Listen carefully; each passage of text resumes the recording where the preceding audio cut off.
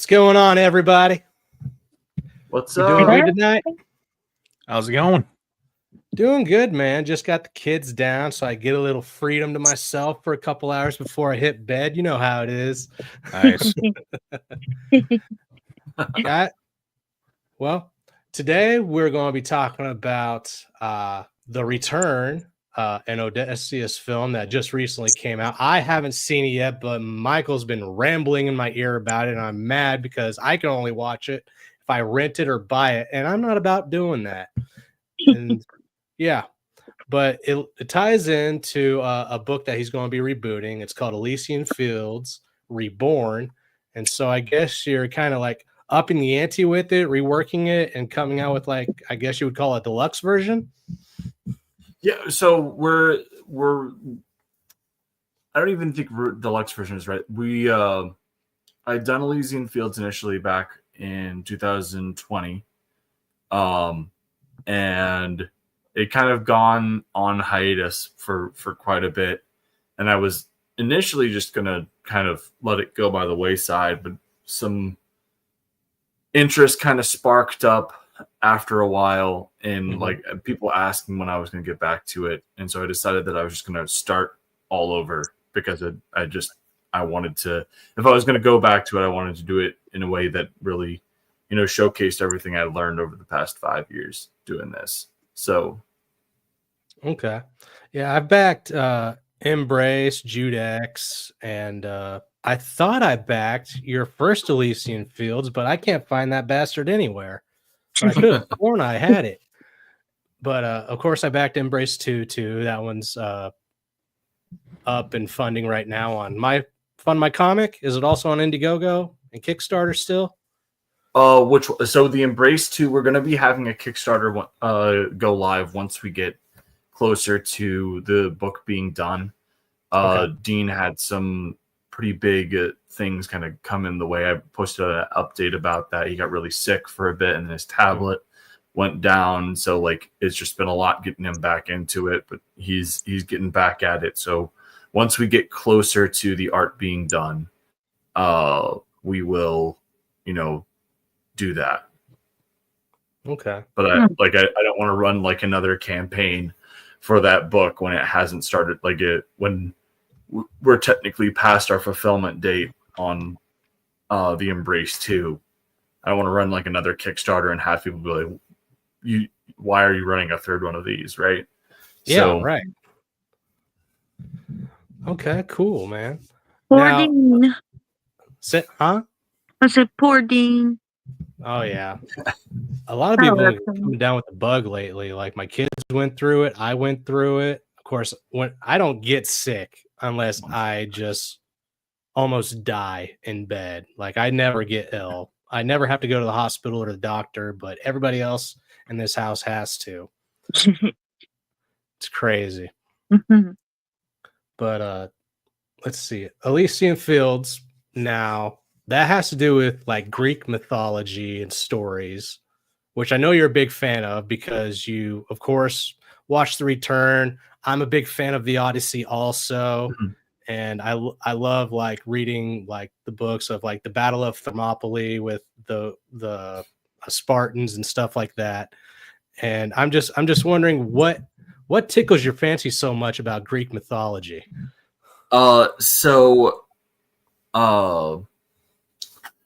When I was growing up, my dad would read me this illustrated edition of the Iliad and the Odyssey. This beautiful, like hardcover book, had these amazing, like I say oil painting type illustrations, really pretty.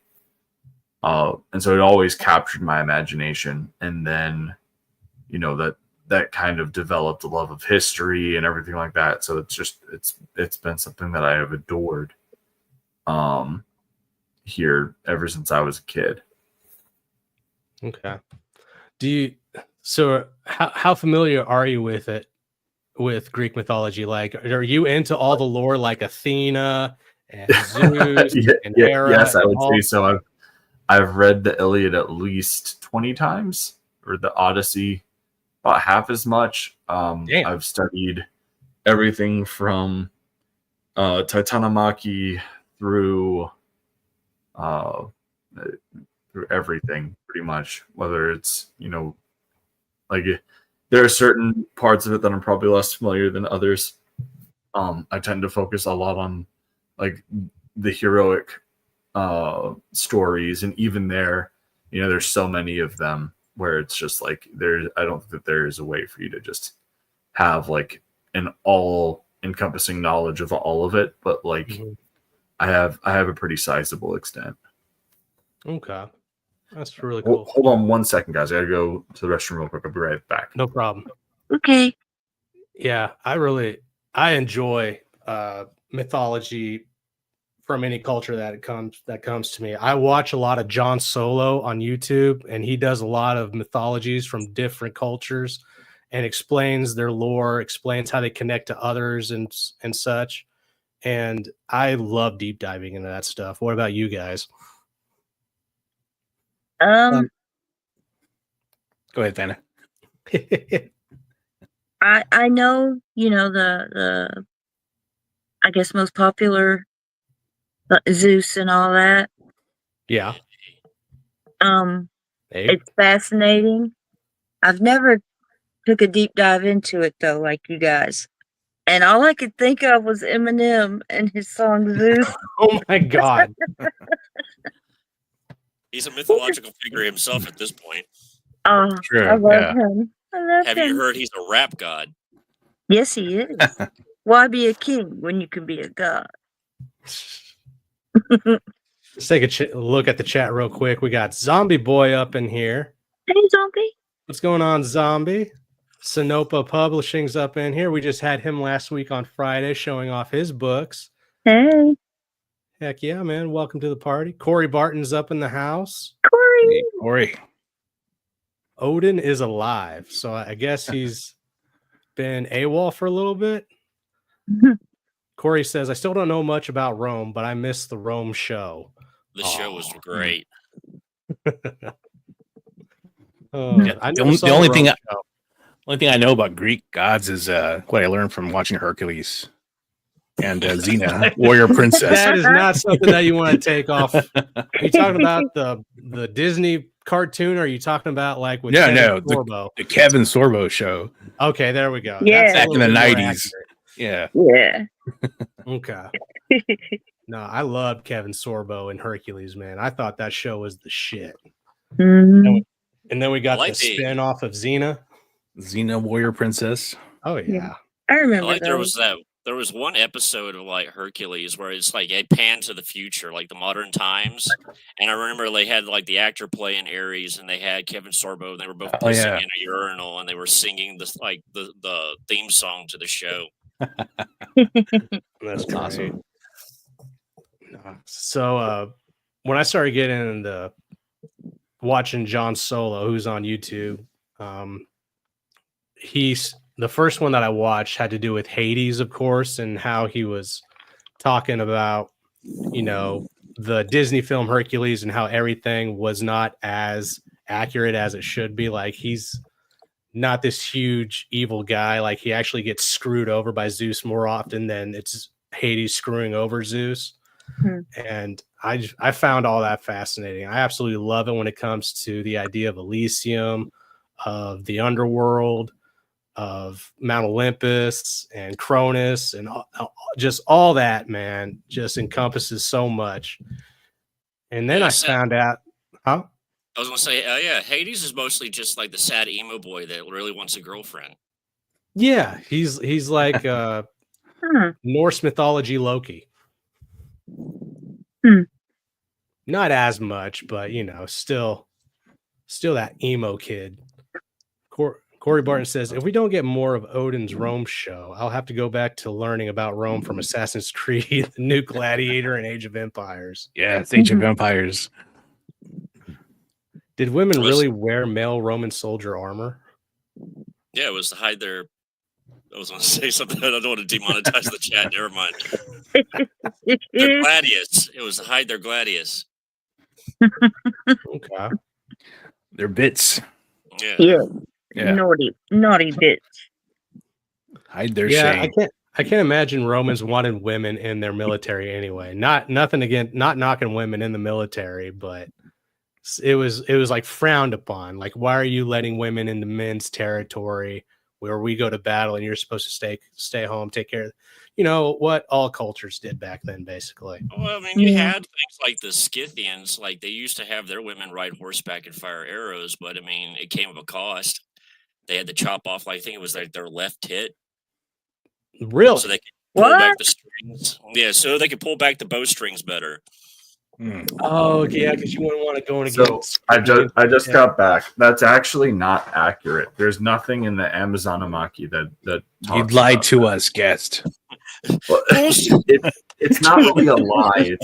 It's one of those things that has been built into Amazonian lore, and it's one of those things where it's like.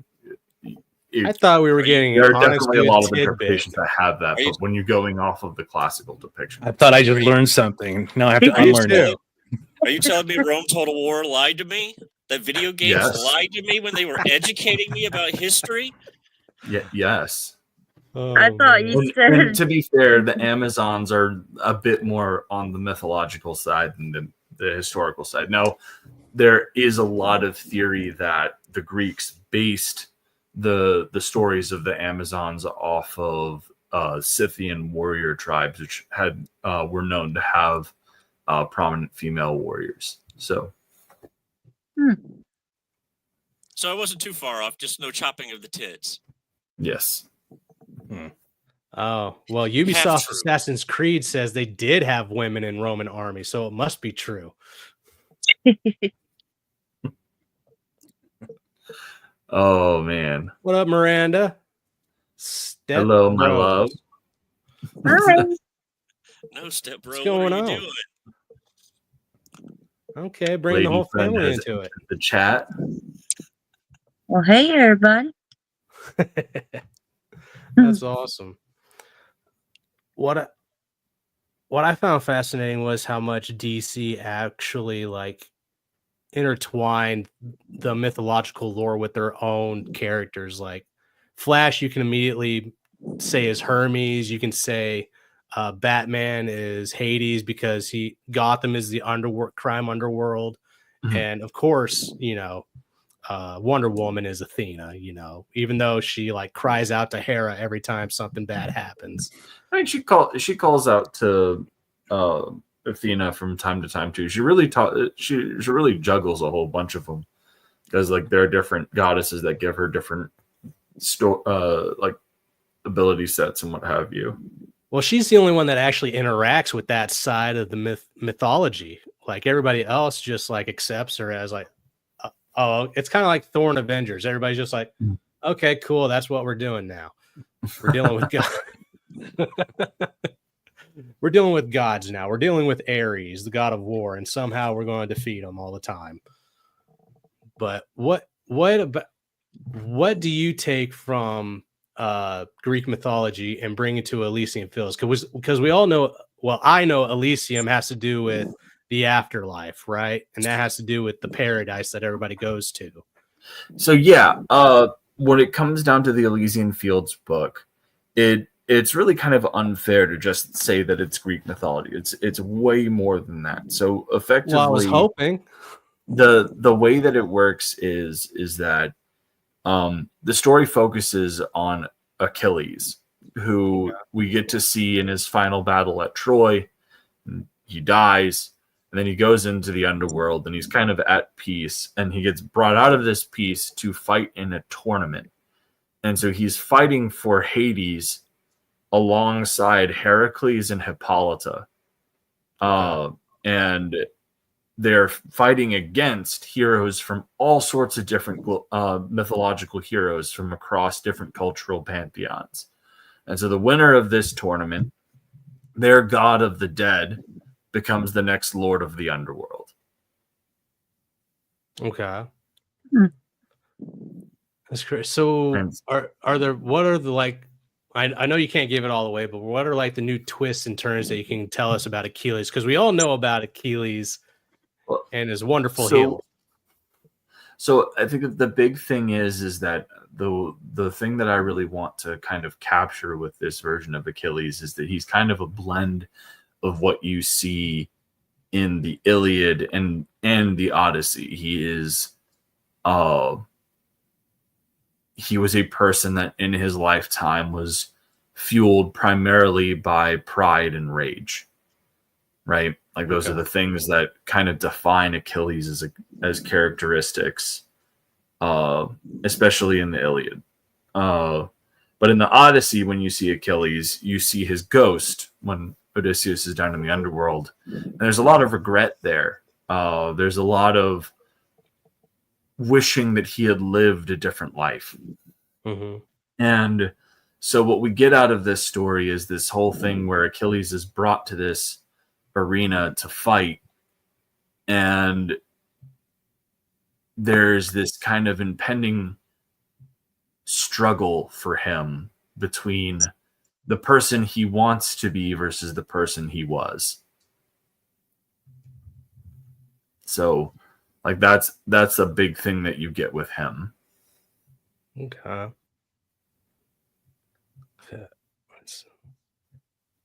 So was any of that in the movie, in The Return? You said that it didn't really follow the so The Return. Okay, so because I'm looking forward to seeing it. I don't want to give away too many spoilers, but what I will say is The Return kind of follows the whole tradition of that Hollywood's done with the truth behind the myth storyline. And so as a result, The Return is kind of framed structurally to be centered and focused on Odysseus's return to Ithaca. So all of the stuff that happens in the 10 years leading up to the challenge of the suitors and everything like that doesn't really get touched on. You hear people talk about it in stories because there are all these rumors floating around as to what's been holding Odysseus up this entire time. Mm-hmm. But you don't really get anything else outside of those small scenes. That's not what the point of the film is. The film is very much a character study on what it would be to be like this person who, you know, sailed off for war 20 years ago, right, with a whole army at his command, and has returned after 20 years with literally nothing to show for it, and his kingdom's falling apart. Yeah, I was starting to say when after he started his journey back, like he went through a bunch of different things trying to just get home that had to do with goddesses and dealing with gods and making deals and whatnot just to get home. But did any of that encompass anything? Like when he had the hide full of the winds from the four corners, did any of that take place? As I said, none of that stuff is touched. Because they're really pisses me off. Well, the whole point, as I said, is the movie like starts off and you're already at, it's been 10 years since the war at Troy ended, and people are they're like whispers around a campfire as to what's happened to Odysseus, but nobody knows. Right. And so Odysseus comes back, and it's been a long enough time where he's effectively a stranger to everyone there, and so no one recognizes him. Right. So like you don't get the whole thing where Athena comes down and gifts him the helmet or the shroud that turns him into that makes him appear to be an old beggar. He just looks like a really old dude, and nobody recognizes him. A really jacked old dude. 20 years. Yeah. And so there's this kind of there's this whole dynamic where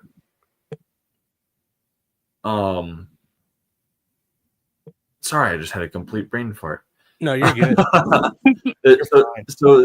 so there's this whole dynamic where it's just Odysseus has returned and he's seeing kind of the state of things and is observing as like he is afar, and it's people are kind of discovering who he is and are trying to get him to take up his rightful position as king. Mm-hmm. And he's wary about it. He doesn't think he deserves it. And so it was a very interesting film. Ray Fiennes delivers a very good performance as Odysseus. And that's probably the best part about the movie. A lot of everything else in the film was kind of made me scratch my head as to why they would decide to do things that way. Like with characters, personalities, like I think probably the biggest one. Well, there's two that I was kind of frustrated. That I was frustrated by.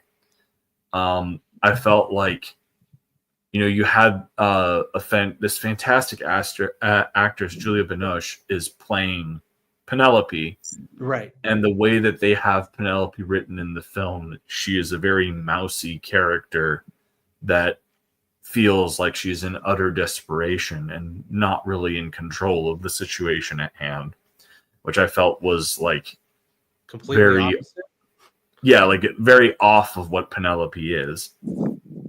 And then Antinous, who is like the ultra big bad of the suitors in the book, who is just an absolute horrible human being in the Odyssey. They try to make way more nuanced and have him actually be in love with Penelope and this, that, the other. And it's just like, why are you trying to humanize this character? Like, he is absolute dog crap. So every villain has to have it was a choice. Empathy.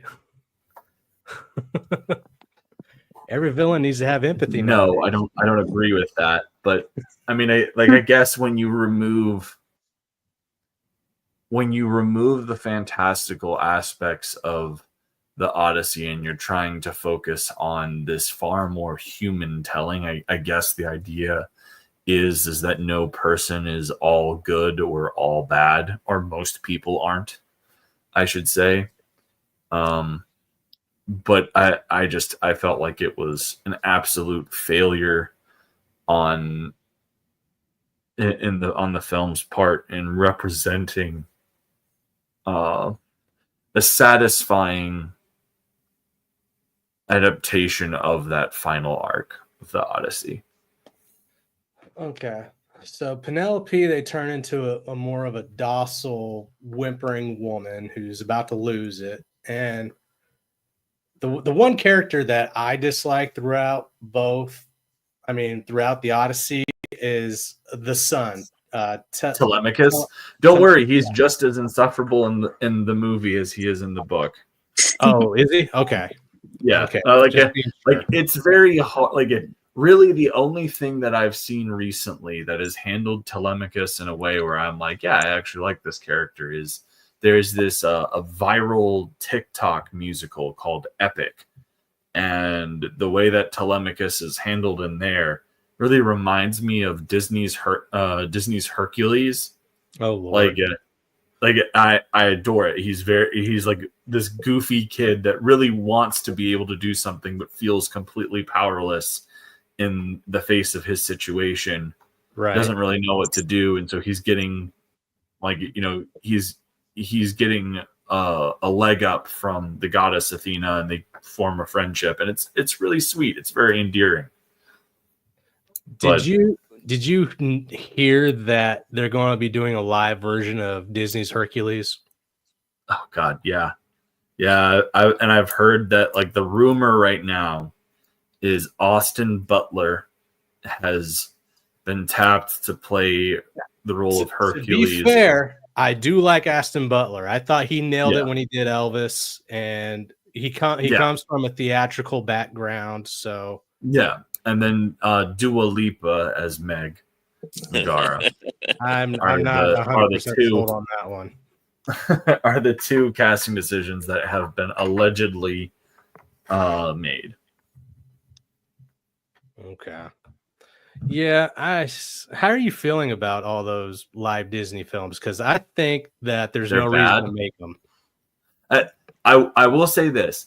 The trailer for the live action Lilo and Stitch looked way better than I was expecting. But did it look any different? Yeah, that's why I'm saying it looked way better than I was actually expecting. There is genuinely new content in there, and it's not content that I feel like is just shoved in there to expand it. I think that it, from what I've seen, from what that new material looks like, it looks very organic to what the original film was doing, and I think will actually enrich it.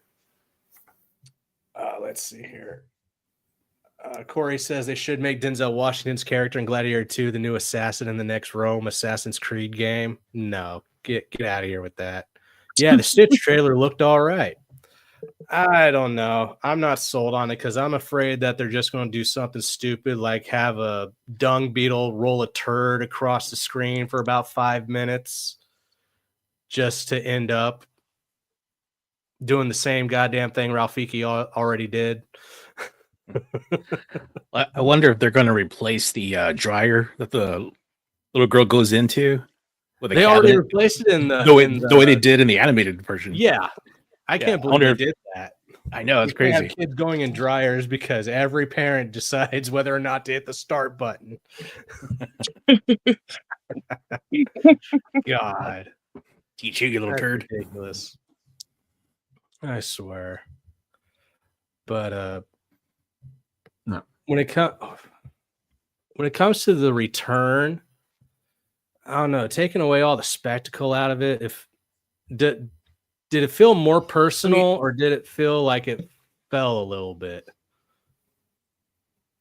So it feels like there are moments where it really delivers, I think, on its promise of trying to be this personal character study of Odysseus. There are certain scenes that I think are really good.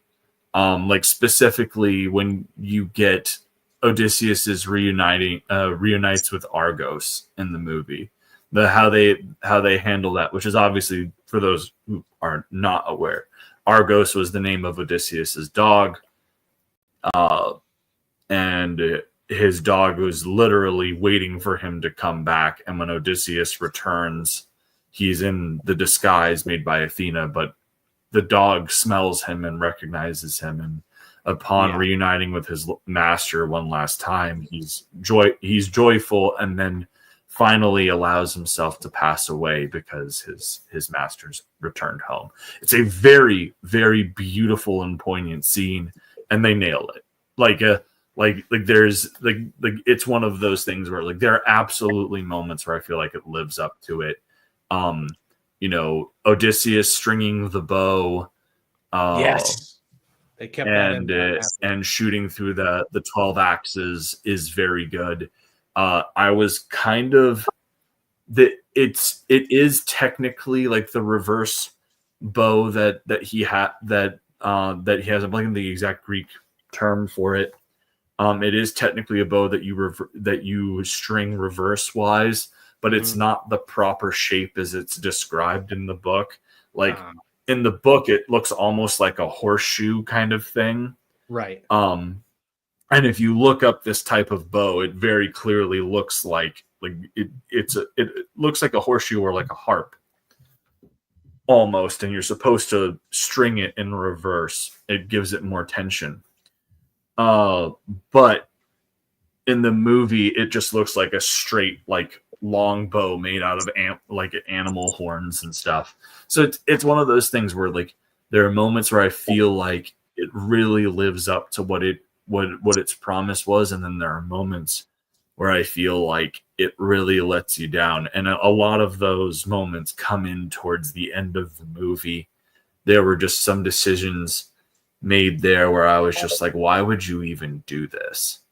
And as I said, I don't want to spoil it or anything like that. So I'm not going to go into exact like what happened that made me go that way, because like Jake, you haven't seen it yet, and I know that it's on your to-do list, so I don't want to like take that and rob you of it. No, like I love the Odyssey, and I love the 95 television series film show, the two-parter. I thought that was beautifully done. I absolutely loved it. And then when I heard that they were coming out with this one, I was hyped because Ralph is a great actor. I love him in everything that he does. And seeing him like actually work out and get buff for this role and look like an old man, I was sold immediately. Oh, and he is fantastic. He's easily the best part of the movie. He nails the role of Odysseus. Frankly, probably the biggest challenge that Christopher Nolan's adaptation of the Odyssey is going to have is that they're doing it so soon after Ray Fiennes did it. And so anybody who saw The Return is going to be comparing the performances of Damon to Fiennes, and I don't think that Damon's going to stack up. And that's also like no poo on Matt Damon's acting ability. This guy's very talented. But Ray Fiennes really committed to that character, and I don't know if there is anybody out there right now that is going to be able to match what Fiennes brought to that role. No Sean Bean? Nah. I love Sean Bean. I thought that it was while I despised the movie Troy, and I that is an understatement. Like Damon and all of them? Very much. I was very much like kind of secretly hoping, because he's one of the few lights of that movie. I was kind of hoping to see a Odyssey with him, but if you were going to continue Troy, it was going to be dog crap anyway. There again, one of those things where it's like half committed to making this a truth behind the myth, half committed to trying to like nod to some of the mythological elements, right? But it's all dumb. Corey agrees. He says Troy was kind of boring. There are literally 3 good scenes in Troy, and they are very good scenes. And it's specifically Achilles killing Boagrius, which is like the opening of the film. Right. That whole thing and the lead up to it are great. The beach sequence. And the scene where Priam comes to beg for Hector's body back. I like, everyone goes, why not that fight between Achilles and Hector? Because that's bullshit. If you've read the Iliad, you know that that's not really a fight. It's Achilles just slaughters Hector. There is no real duel between them. The prelude lasts longer than the actual fight itself. Okay. Do you have any art of Elysian Fields that you can share with us, or are you redoing all the art, or is it just? It's been completely redone. I mean, if you bring up the campaign page, I can share that. I didn't know it was a campaign yet. That's got plenty of art on it. Is it on Fun My Yeah, Comic? no, like we're March 28th. Okay. So here's the sign up page. This is our pre-launch page. Let me bring that up real quick. There we are. Yeah. No, I was sad that I didn't jump on it the first go around, but to hear that you're rebooting it and giving us a little bit more bang for the buck, I'm down, man. This looks good. Yep, we've got some fantastic variant covers on here too. We got one by V. Ken Marion and Andrew Dahlhaus that I'm very excited about. We're nearing 100 signups, so it's very exciting. Ooh, nice. Corey Barton wants to know, were more hot babes added in while remastering? We actually added, so in the original Elysian Fields, Theseus was a member of the team. I swapped Theseus out for Hippolyta, so we actually have a babe in the roster, Corey? Corey asking the important questions. Yep. Hippolyta is There she is, right there. Nice. I like that horse. Yep. Riding a mare of Diomedes. That's good times. You're changing it up a bit because I don't know any stories that take place inside Elysium. So was there a battle that took place in Elysium, or is this leading up to them going to? So as I said, like, so the reason why it's called Elysian Fields is that's the name of like the glorious plane of existence that all the heroes go to, right? Right. But it has nothing to do like outside of that. It's not really connected to that. As I said, it's a battle book. Like they're being thrown into a tournament against heroes from other mythologies. So like when Achilles gets to the tournament, there's already a fight underway with his teammates. They're fighting Gilgamesh and Enkidu. And so he crashes that fight and helps fight Gilgamesh and Enkidu. Okay. So you're literally having battles between different cultural mythologies. And so the winner of this tournament, that mythology's respective god of the dead, becomes lord over the entire underworld. Okay. So I'm seeing we got some Sumerian, but that's not too terribly far from where the Greeks were at. Are we going to get things like, I don't know, like Guan Yu? In the third issue, you're going to see samurai and Vikings fight. Okay. Wait a minute. Cool. So how many issues are coming back with the Reborn? So this is the first issue. I have written scripts. I've finished the scripts for 3 issues so far. The plan is for it to be an ongoing. Yeah. First arc will be 5 or 6 issues long. And we'll get to see stuff like, as I said, like in the third issue, you're going to get to see, just as one example, because it's a prominent one that's featured in the issue, is a sword fight between Sigurd, the Slayer of Fafnir, and Miyamoto Musashi. Okay. There we go. Like you're gonna get to see people interact and fight and be in this tournament, and it's gonna be pretty badass. So how are the dynamics going to be for the characters? Are there going to be alliances that are torn and stuff like that, or so do I have to generally speaking, you have 3 people to a roster of heroes for each god. So inside of those little teams, you're going to have little microcosms of character dynamics. So like, sure, our team for Team Hades is Hippolyta, Heracles, and Achilles, and each one of these characters has some pretty tangible ties to one another. So we have very interesting things going on. Like, Heracles was a member of the Argonauts at one point, and so he knew Achilles' father, Peleus. So they have a kind of connection there. Hippolyta, her sister Penthesilea, fought in Troy. Achilles killed Penthesilea, according to mythology. So, like, there's a very interesting dynamic there.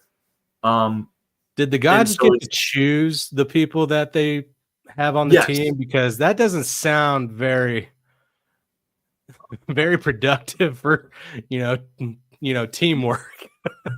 Yes, but that's something that they're going to have to overcome, and that's the whole deal. Is the gods don't really think about that stuff because those are mortal squabbles. Those are stupid things that they don't care about. I mean, have you looked at the lore of the gods, though? Is it really just human squabbles? Just because the gods are just as fickle and everything like that doesn't mean that they look at human squabbles as anything less than petty and small. Sure. Either. Like at the end of the day, like, hypocrisy is the nature of the divine in these mythological stories. So,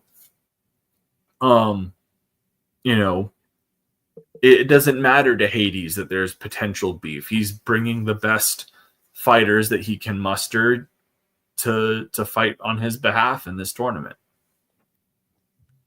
Okay. Justin Soto just joined us, Ben's brother. What's going on, Justin? What's up? We're just checking out Michael Odin's soon-to-be coming book, Elysian Fields Reborn. It is a remastering of a book that he put out earlier, and we're just checking it out right now. Let's see. So Achilles is the main character. So, right. So I suspect that Pride and Rage are going to be playing a couple downfalls for him throughout the series. Oh, absolutely. Well, the whole thing is you know what is going to be driving him throughout this tournament, right? Like, you know, the Achilles in life, the tournament itself would be enough of a temptation, right? Like, you're getting a chance to fight the best heroes from across the globe, and these are fighters that are on a completely different level than what Achilles is probably used to.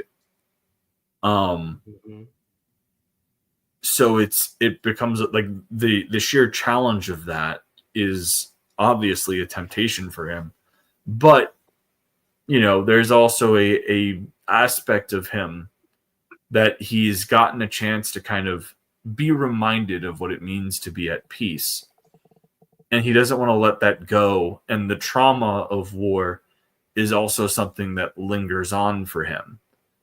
And you know, there are some pretty interesting twists that I don't want to give away with this take on Achilles, because there are things I think that are done with him that I don't think people will expect. Like, you know, I do go with the I do go with the argument that, you know, Achilles and Patroclus were more than just battle buddies. They are presented as lovers in this book. It's not a thing that we're going to beat you over the head with, but it's established to showcase that, you know, when he is at peace, he's with Patroclus, and Patroclus is this kind of representation, a physical representation of peace to Achilles. And so he's like, Patroclus is going to play a big role as kind of a moral compass for the character. A reminder of what the path he should be going down. But you know, Achilles is human, and so it's only going to be expected that he's going to falter from time to time. Sure. Now there are two big IPs that have to do with like otherworldly battles where gods have to pick mortals to fight them for them. And going off Mortal Kombat and Dragon Ball Super during the Tournament of Power, what from those films did you see that was disgusting that you know that you're going to give better storytelling to? Oh man, that's a tough question. I mean, Mortal Kombat is like a beautiful mess of a thing, and I'm not going to count MK1 because the decision to try and like undo 20, 30 years of storytelling with those guys was just unacceptable. A redo of a redo. And Dragon Ball Super, I think that it just got to a point where it lost focus on things. It's ironic because in the manga, I think it actually picked back up pretty well, and the Black Frieza setup is pretty damn good. But I think that the Tournament of Power just got to a point where it became more about flash than substance. Agreed.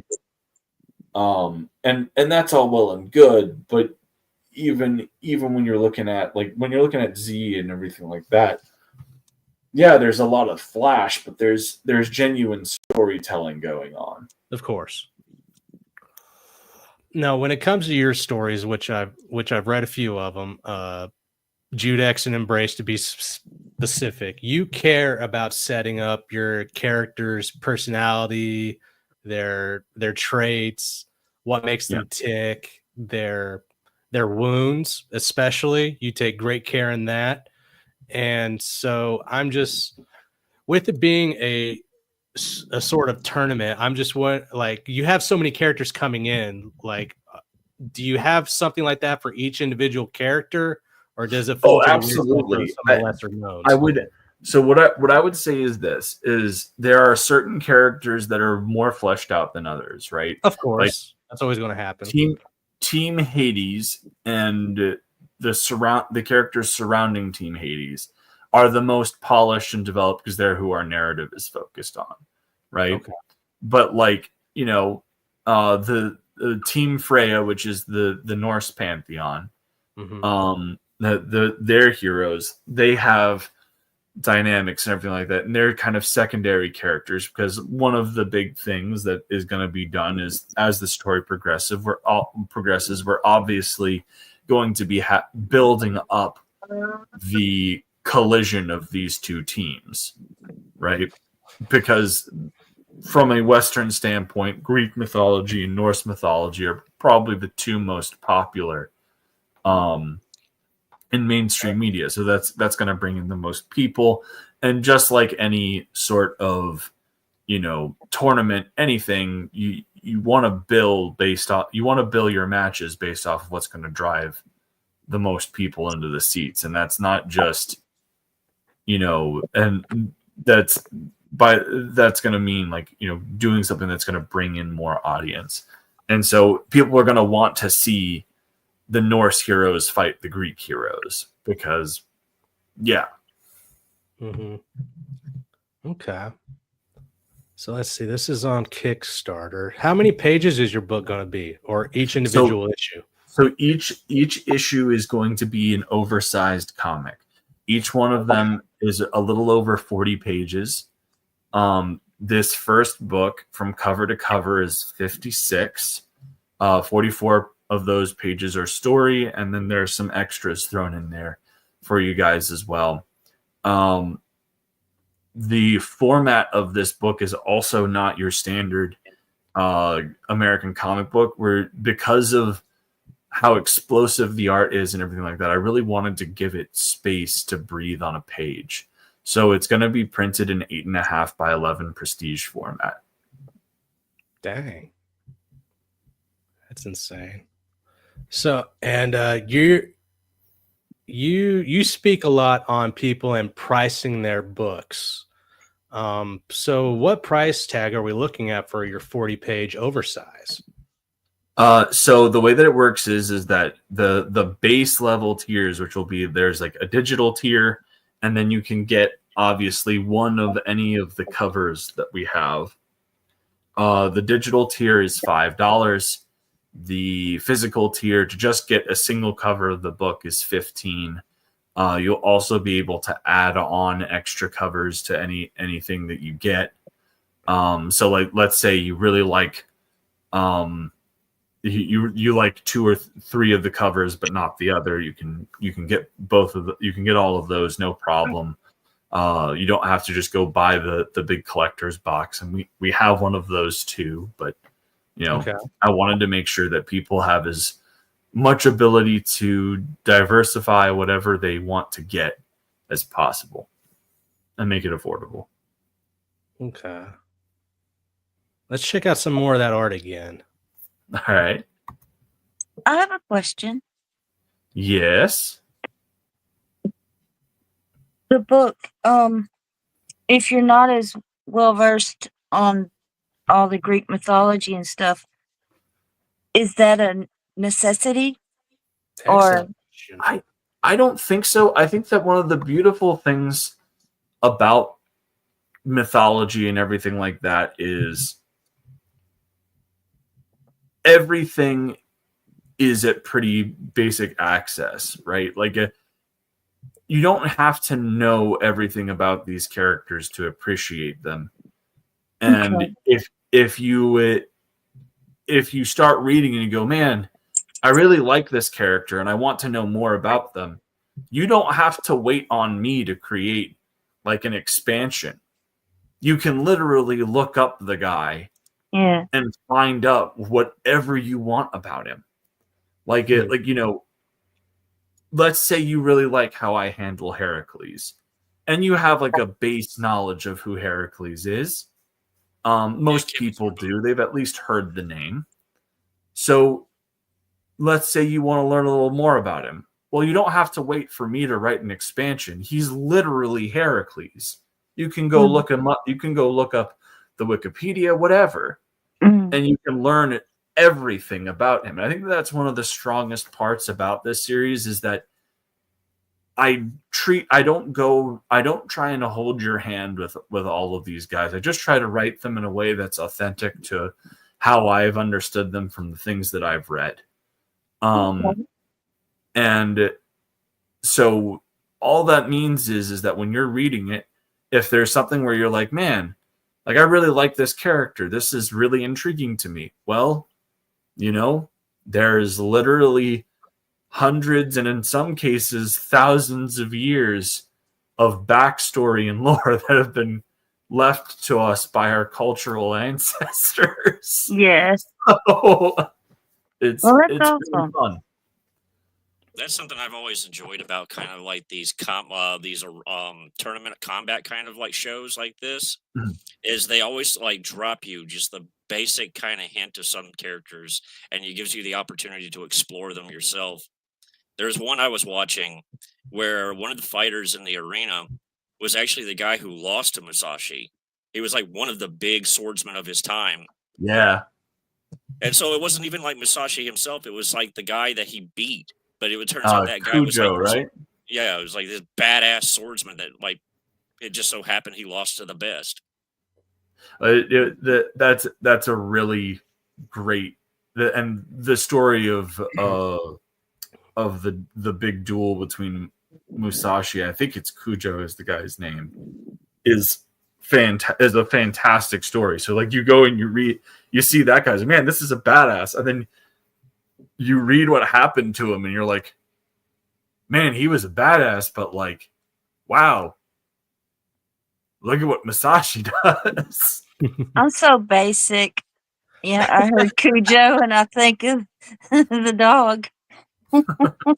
Scroll up and show off that cover art that's right there in front of us. Just scroll up a little bit more to show off the characters at the top. And then tell us a little bit about these characters for those that wouldn't really know them when they look at them first glance. Well, so this is Hades. He is the Lord of the he is the Greek Lord of the Underworld. It's nice. So this is Hades there. Here we have Achilles, who is the hero of the Trojan War and is the protagonist and focus of the book, the Iliad. Here we have Hippolyta. She was a queen of the Amazons, and the one of the big things that she is known for, probably the biggest thing, is she had this very ornate belt that Heracles was required to retrieve as one of his 12 labors. And then you have Heracles, who is considered the strongest and most powerful of Greek heroes, and is the son of Zeus. He really likes keeping that lion's mane atop him, don't he? Yes, as the Nemean lion pelt, which I'm very happy with how we implemented that into the story. Now, who's the guy with the dreads? I'm not familiar with him. So this is actually, when you look at the Trojan War, you have the two major books that we have for the Trojan War are the Iliad and the Odyssey. But you also have all these compilations of other stories that happen throughout different periods of the war that are collected in things like the Little Iliad. And so this is actually a fight that happens towards the end of the war. It happens after the events of the Iliad. And so a king of Ethiopia named Memnon comes to Troy's aid, specifically because he wants to test his mettle against Achilles. And in the story, he does a pretty decent job But Achilles does end up winning, and in this version of the story, Achilles kills Memnon. He charges the gates of Troy, and it's at this point where he finally gets killed by Paris. And so we've kind of taken that story, and as I said, we open this book, and it's Achilles' final battle at Troy. And so we kind of tweak the story in the actual text. Memnon is actually able to land a couple of blows on Achilles and actually gets a sword cut across Achilles' armor's breastplate. Oh, damn. As a testament of his skill. But that's actually, I didn't want to have that be the first impression of Achilles in the book. I wanted it to be a thing where we really demonstrate Achilles' ability to overmatch his opponent, and that he is on a different level than any other person in this era of heroes. Because that's one of the other things that's really interesting is when you go and you read the Iliad, there's this character named Nestor, who is kind of like the old wise man of the army, and he's the last guy still operating from the actual, like, the second age of heroes, where you have like Heracles, Jason, all of these big names. And he insists early on in the Iliad that as powerful as any of the members of the Argives or Danaans are, that even Achilles has no match, was no match against the heroes of the second age. And so I really wanted to kind of establish this, because Achilles is on a whole other level than anybody that's on this battlefield when you're going off of stuff like the Iliad and the Odyssey. He's completely unmatched by these people. But if you bring him back to the previous age of heroes, all of a sudden there's a big equalizer factor in strength and what have you. And so it's I think a cool way to kind of set him up as Billy Joe Badass, but then bring him down to this tournament, and it's not as clear cut as to who's going to win. Okay. So I know that we got a lot of covers and scenes. I mean, not scenes, but a lot of covers that show the Fantastic. But how much? What's the ratio between Fantastic versus bringing it down to more of the human element? Is it more Is it more like The Return, or does the Fantastic? No, it's very much fantastic. Like literally, you get in the first issue, you get, Hades is down there with Charon trying to break Achilles out of his piece, brings him to a tournament where then he is then fighting alongside Hippolyta, who is riding on a flaming horse that is a mayor of Diomedes from mythology. And then, they're fighting Gilgamesh and Enkidu, who is a literal bull man.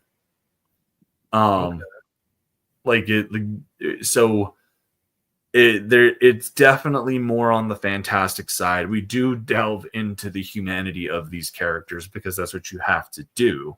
Sure. But the spectacle and everything like that is very much the fantastical. That is awesome.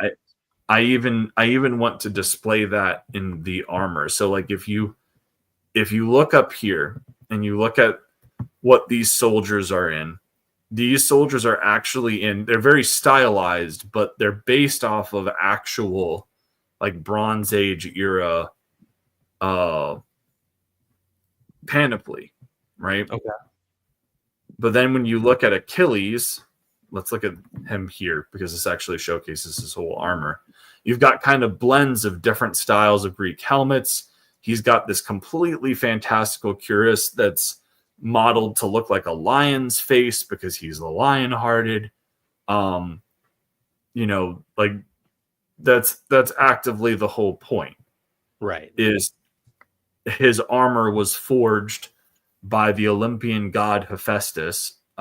He received a second set of armor by Hephaestus in the Iliad towards the end. And so this is that mythical set of armor that he was gifted by the Smith god. And so he stands out from a design aspect against everyone else in the book, or at least in these first 12 pages, I should say. Yeah, Justin Soto says some cool covers here. Yeah, those interiors aren't lacking either, man. Those interiors are awesome. Who's your artist?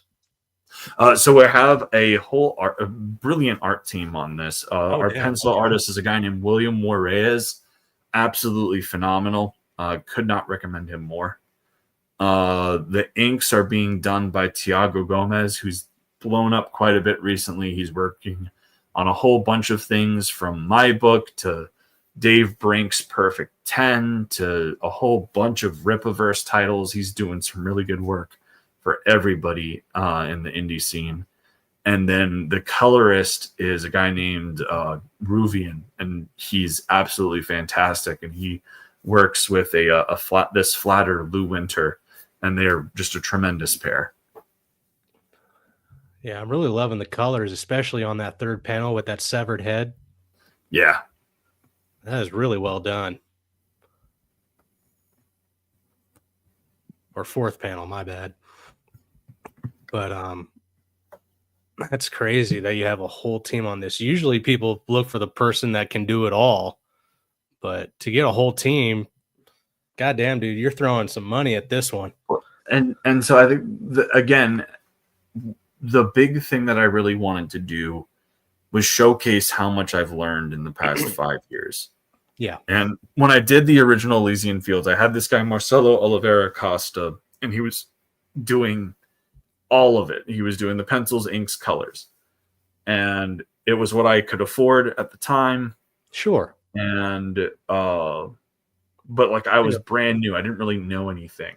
A lot of us are in that boat. One of the most important reviews that I've ever gotten on anything, and it stuck with me, was Inch High Comic Guy did a review of Elysian Field issue 0. I had sent him. I wish he was still around.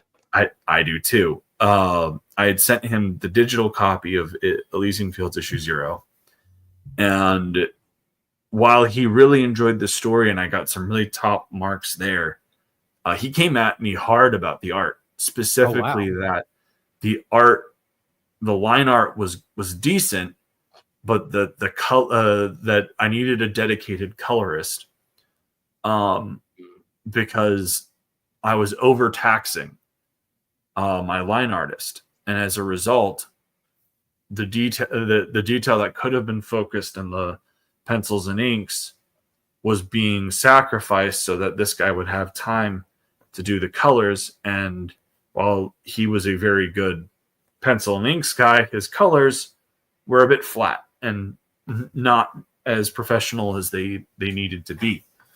And so it was an important moment for me, and it's always kind of stuck with me. And I wish he was still around. I would love for him to get a chance to see this, because I remember in the interview he talks about how, he would love to see a prestige edition where I go back and, kind of redo the art and focus it and what have you. And I'm literally going back and I'm redoing everything. Like this issue, you to go and redo the whole thing. Yeah. Wow. That's great.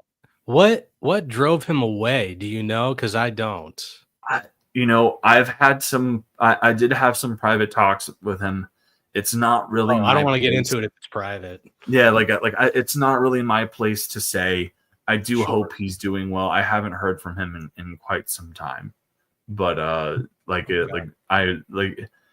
had reached out to him around the time that we were doing the Embrace, and we had a very lovely discussion. And so I have some insight on that, but it's not my place to say. Okay, that's fair. I respect that. See, don't need to coggle up any drama here. No drama loans. Oh man. Well, this is awesome. We'll get back to it in a little bit. But I just signed up for it. I just got notifies going for it. So, guys, I put the link in the chat to Elysian Fields Reborn. I hope that you guys sign up and prepare to be a part of this awesome ride. I can attest to Michael being a great writer and really caring about his characters, man. I enjoy every book that I've backed so far. Like, I didn't get a chance to check out your I know it's not the title of it, but your Jujutsu Kaisen lookalike. Oh, are you talking about the JoJo's Bizarre Adventure parody? Bizarre Adventure, yeah. SPQR's Bizarre Adventure. That was a fun book. And I do want to let people know this reboot is completely done. We're literally finishing the last touches on art and lettering right now. And the first 20 backers that do end up backing it when we launch on March 28th will be getting a 1 of 20 proof copy of the main cover signed and numbered by me that I will send out like the weekend after the weekend, at the end of the weekend we launch, as well as whatever perk tier that you guys purchased. Wow. That's awesome. Holy shit. So like the perk tiers will ship out once the campaign closes and everything like that. But as a way to kind of build some hype and really showcase that I really want people to realize that, like, you know, I don't want them to feel like they're that they're effectively funding me to do this book a second time. I went and I got it done on my own. I want people to know that the book is done and everything like that. So the first 20 people that back, they will get this in the mail, so long as they're domestic. If you're international, I'm sorry. Like, yeah, that's understandable. That's though. a bit too rich for my blood to just shill out on my own. But the first 20 domestic backers will get an early preview an early copy of Elysian Fields Reborn, signed and numbered by myself. Wow, very cool. That's awesome, man. Yeah, Elysian Fields Reborn. It's definitely not one to miss out on. I love the art. I love the story that you're going with. I love how you're mixing mythologies together to come up with one great story. Oh, sorry, Dean. I didn't realize.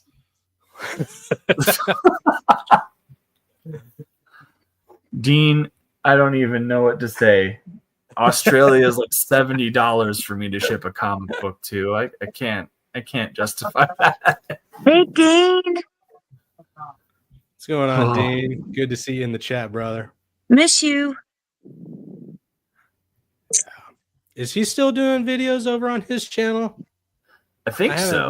I thought I saw something that he posted up not too long ago. Okay. Because I've been waiting for him to post up something else, and I haven't. Guess I just haven't seen it in my plethora of channels that I've subscribed to. I swear to God, dude, there's so many channels now, it's ridiculous. Yeah. Trying to keep up with everybody. Yeah. It's a pain.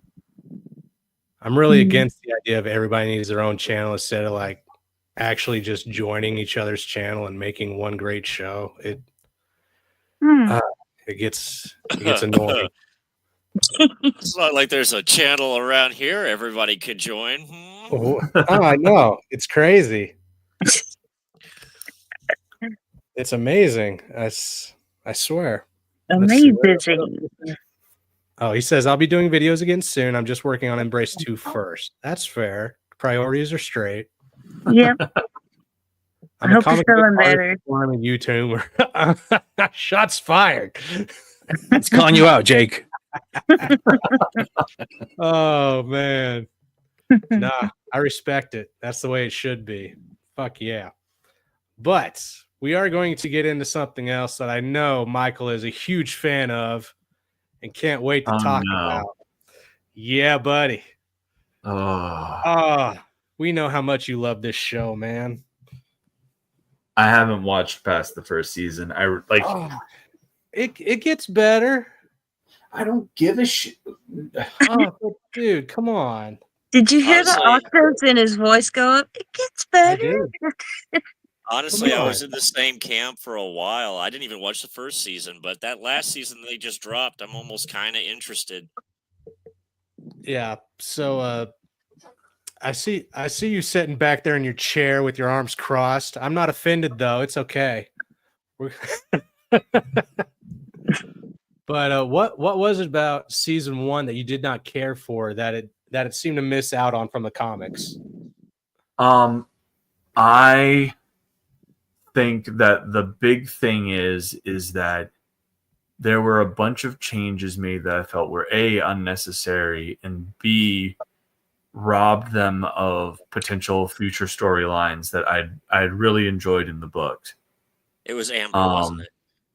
It was Amber. I mean, Amber is a very big part of that, yes. But like even I think that one of the other things that really like ticked me off was when you're reading Invincible, like the first trade, I'd say, feels like a fairly generic like superhero book. It does that intentionally. It feels like a run-of-the-mill superhero book to kind of lull you into this false sense of security. Okay. Right? That you know what you're going to expect. And it's not until like the second or maybe even the third story arc where you get the reveal about the Viltrumites and that that Nolan kills the Earth's equivalent of the Guardians of the Globe. Apologize. Right. It was it's literally it's something that gets built up and it's done in a very smart way. And I felt like everything in the first season was just meant to rush. Well, I can see how they want to rush past the Guardians of the Globe and get to the actual stories of Grayson and the Viltrumites and everything that encompasses that. But I like one of my two favorite characters right now are it's Cecil and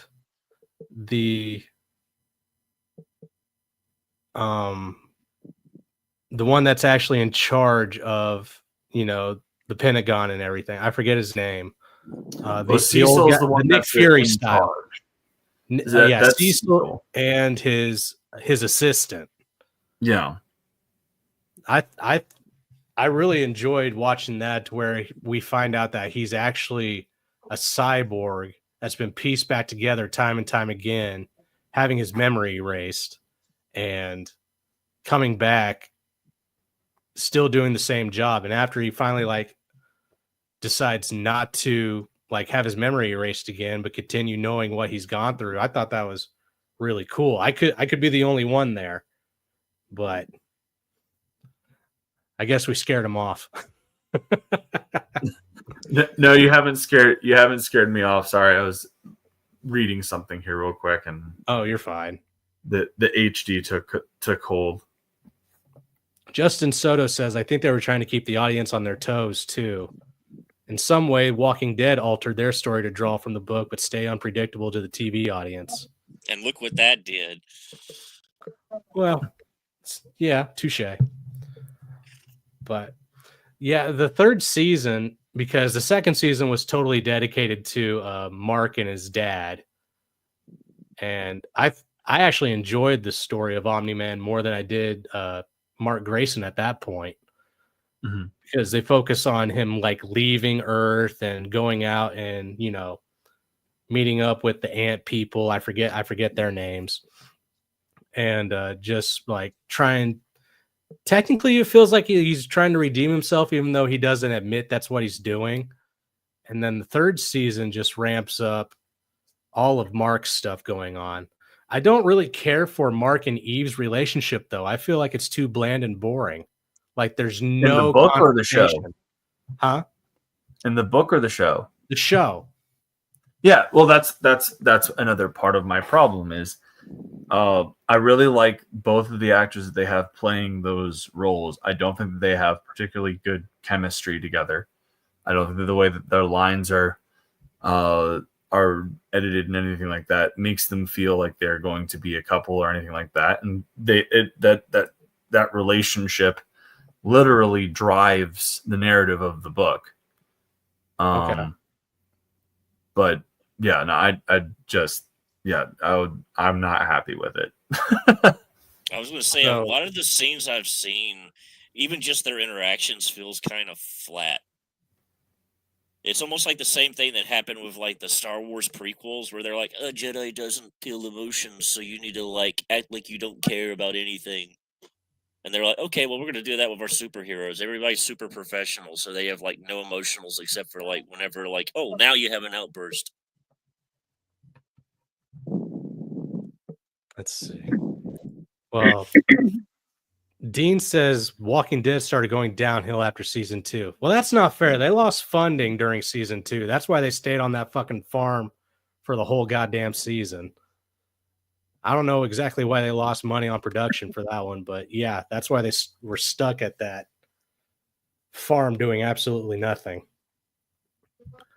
But See, that's the thing. I when Walking Dead came out, I didn't even know it was a comic book. That's how, so I was all engrossed in the show, the characters, right. especially Daryl, but I enjoyed it. I haven't made it all the way through yet, though. I think I have 1 or 2 episodes of season 8, and Yeah. that's as Walking far Dead as got I've better in got. season 3 and went strong until about 8. Yeah, that's accurate. Yeah, It's about the time that Andrew Lincoln walked out. yeah.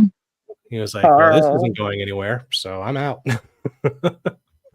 Mm. But yeah, we end season 3 with the battle between Invincible and Conquest. And I don't know much about Conquest except he's a brick shit house. I mean, that's about all you need to know about Conquest. I don't even think they went into his backstory much. He's just there to kind of set up the Viltrumite War. Oh, really? Okay. Yeah.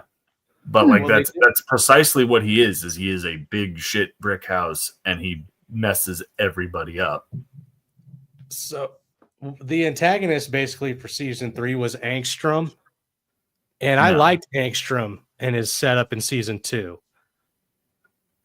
And I like that they like took some of like Reed Richards' ideas from Marvel and put them into Angstrom, but gave it a twist, like setting up that dimension where he can talk to his other selves.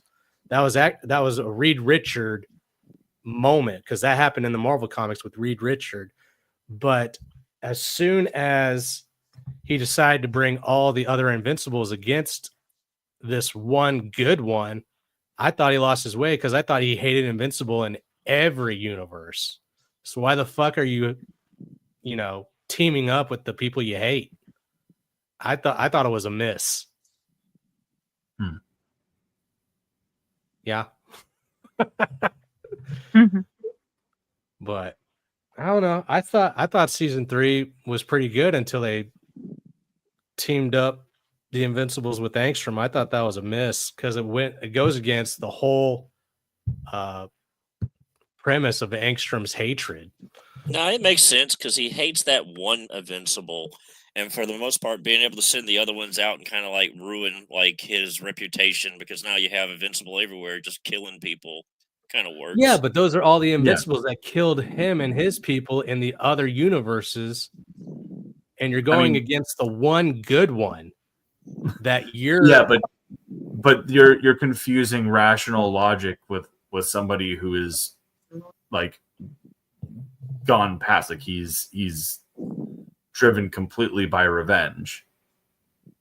Yeah, but you just think with all the minds that converged into one, they would all realize, hey, we hated those ones just as much as this one, so why are we using them?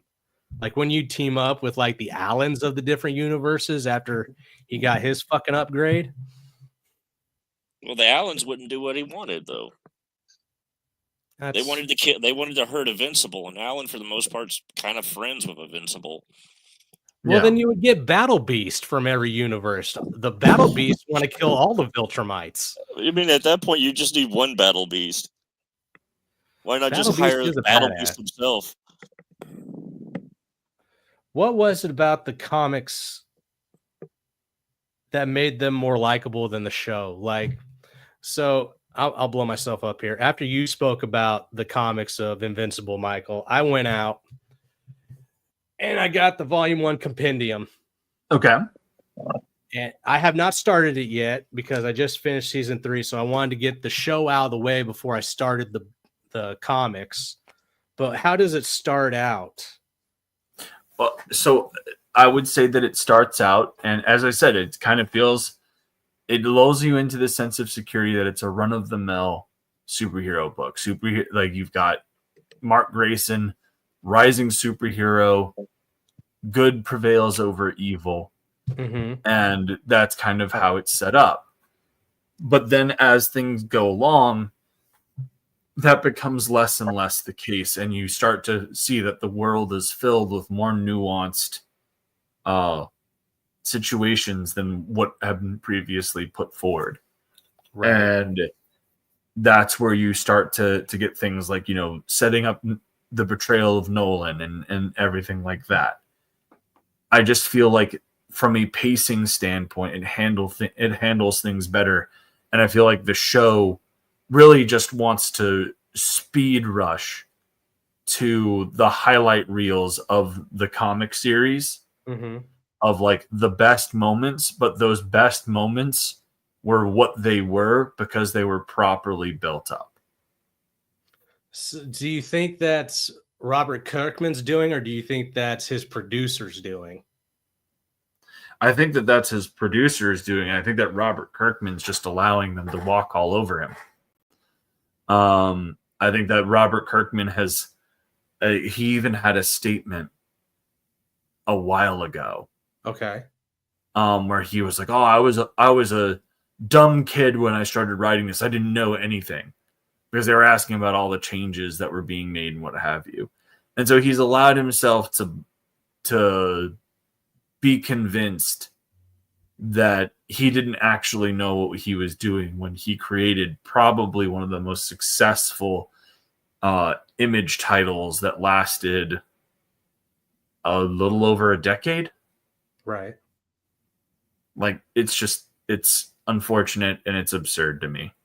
I do actually have to drop out because it's getting late over here. Oh, okay. Yeah. I didn't, we've started going 2 hours here. I didn't know how long that you would want to go. So I just kept it going, but it's You're fine. a good man. Yeah. I don't want to take your time away. You're here. It's not a taking my time away. It is I am getting exhausted and I want to make sure that I'm not just like falling asleep on the street. That's fair. It's good to All right, talk man. to you again. It's good All to right. talk to everybody again. It's good seeing you, Fanta. And Ben, it's a pleasure meeting you. And Yeah, nice to guest, meet you, man. It's great meeting you, guest. Hey. It's always a pleasure to meet me, of course. All right. Of course. And when you launch Elysian Fields, you're welcome back to shill that thing. Of course, man. Thank Kingdom you. Come, dude. We'll take that thing to Thank Mount you so Olympus. much for having me. Not a problem, man. Happy to. All right. Cheers. Have a good one. Yeah. Peace. Yeah. He despises Invincible, the show. But he's so passionate about his books, You are not lying, man. I fell in love with The Embrace. Judex wasn't really my cup of tea, but it still had that same like care that drove that story throughout. It's still an excellent book. The art is fantastic. Yeah. Yeah, I remember the art. I did a video for it. Oh, you did? Mm-hmm. Guys, if you don't know, Fanta has her own channel where she actually does comic campaign reviews. Like, she'll go on your campaigns and check them out and give her 2 cents on what she does and doesn't like about them. And she's done that for a lot of people. I highly recommend going over to her. What's your channel called, Fanta? Phantasmagorical Phantasmagorical. with an F. Just in case anybody missed that. But yeah, Elysian Fields. Let me bring it up again real quick here. I'll put the link in the chat. Thank you for that channel plug, Jake. I appreciate it. Oh, it's no problem. I don't do it enough for you, Fanta, and that's on me. I'm about 24 subs from hitting 1,000, so Wow. I'm excited. Yeah. Congratulations. Thank you. Elysian Fields Reborn. Now in the chat once again. I highly recommend you guys go sign up for it. It's still in the sign up phase. Look out for it, because if you're one of the first 20 to sign up, you get some special tchotchkes in your pocket. That's what I'm hearing. Yeah. That was awesome. Yeah. I absolutely love Greek mythology, and the way that he's able to comfortably bring all those different lores into one epic story. I commend it, man. I love it.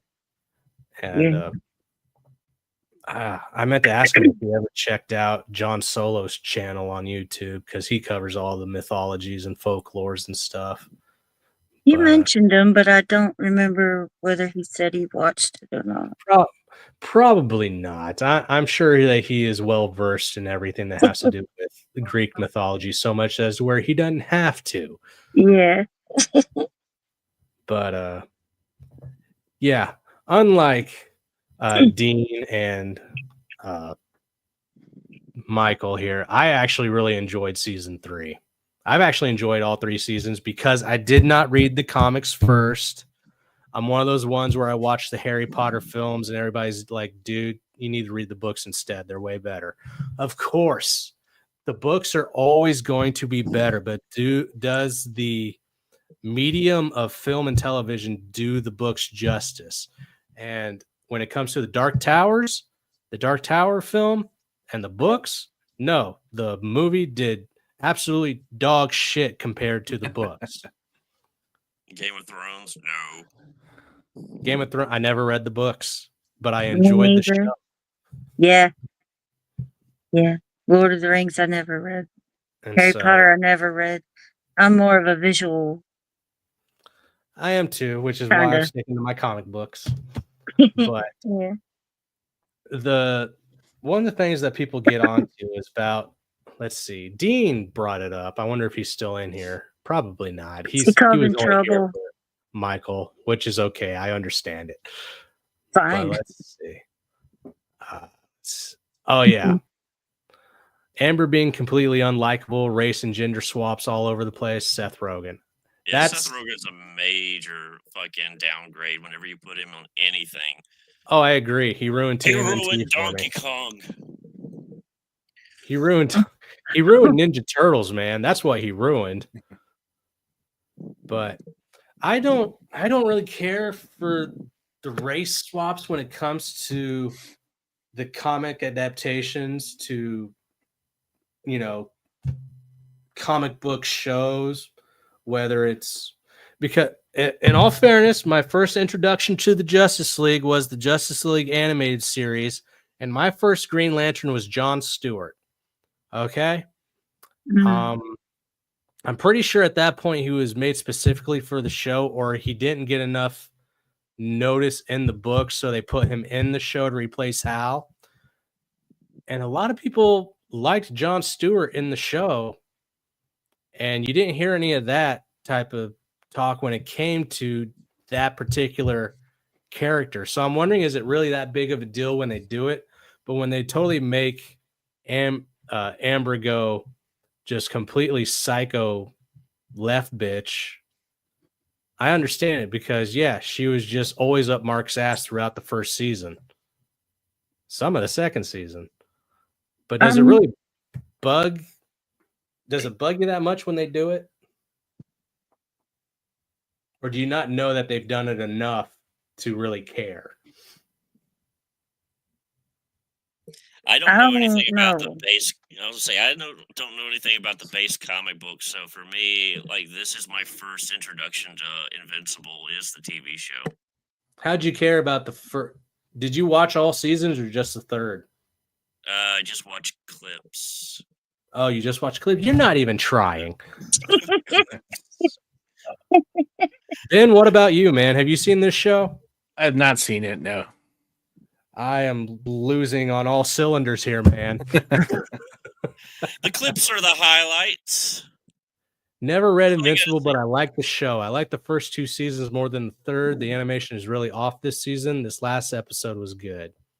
Yeah, I think they threw all the animation funding into going against Conquest.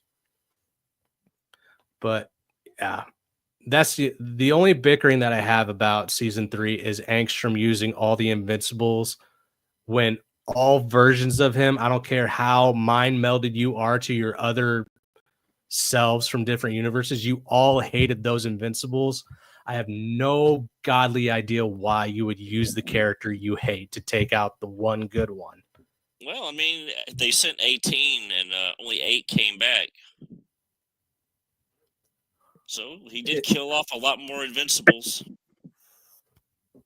Yeah, and the whole those orbs that each one is hovering against each different individual, those are actually what he fights off the one good Invincible with. And I just don't buy these little orbs being able to take out a Viltrumite when we've seen what they can do. Viltrumites, I mean, these little orbs coming at him like some nanotechnology arm and waves and sledgehammers. I don't find them being that much of a threat. I really felt like they let me down with that. It was I can't believe you're talking about orbs and Peters. Here I feel bad. I know. Kind He of would have a guilty. ball with it. You would think, but he's too busy out in the Living his best fields. life. So it sounds like you're joining Team Orb Hate. Yeah, I can No, see it. There's a lot of orbs and everything that I hate, and it's only because Peter pointed it out.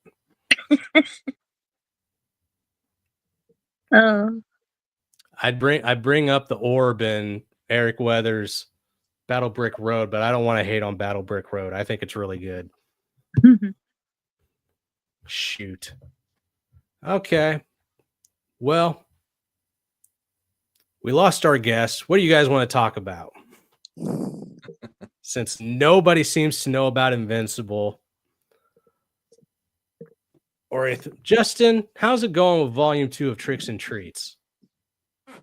You mean Ben? Ben? how's it going with Justin's this? in the chat. Justin's in the chat. He can respond. Yeah, Justin. How's it going with Tricks and Treats? Yeah. Answer in the chat. Yeah. No, how is it going with Tricks and Treats? Well, I mean, it's still good. It's in demand basically, so it's not like it's already fulfilled. Yeah. Fund My Comic only? Fund My Comic only. Hey, Okay, so you guys met your goal. That's Yeah. awesome. How many backers we got at this point? Not a whole lot. I think we had like 20 backers. Oh, you deserve way more than that. That's some bullshit. As soon as my computer decides to load shit, this thing has been ungodly slow today. Mhm. Let's see. Tricks and Treats. And thank you, Fanta, for doing that video for us. We appreciate it. Oh, you're welcome. I thought I had. I was Yeah, running you it did. through. I'm like, okay, did I do it? Did I? Yeah, you did. I enjoy doing that for people. I wish I had a bigger viewing audience, so I could get everybody more backers. Yeah, I mean, you've got what, 1,000 subscribers? That's a good size audience. Almost. That's excellent size. Yeah. Mhm. Almost 1,000. I'll be doing if I hit 1,000 and it goes over that, I kind of want to wait till it's like 1,010 because you know how they'll take them away and give them back Yeah. to you. Yeah, and then I'm gonna do a big giveaway Nice. and celebration. Here Awesome. we go. But you're We'll bring up welcome. Tricks and Treats. Yay! Here we go. Tricks and Treats Volume 2. Of course, by yours truly, Ben Soto. We have 20 backers with 1,000 raised. You deserve so much more than that. This is the underdog. Fuck Phenomenova at this point. Give me more Tricks and Treats. No, let's clear it up. Nothing against Vaughn Coleman and Phenomenova. Okay, good first book, but the audacity that this is not having more backers on it hurts my soul. Mm. As a matter of fact, we're going to watch the video right now. Hang on. Can everybody hear? Yeah. Yeah.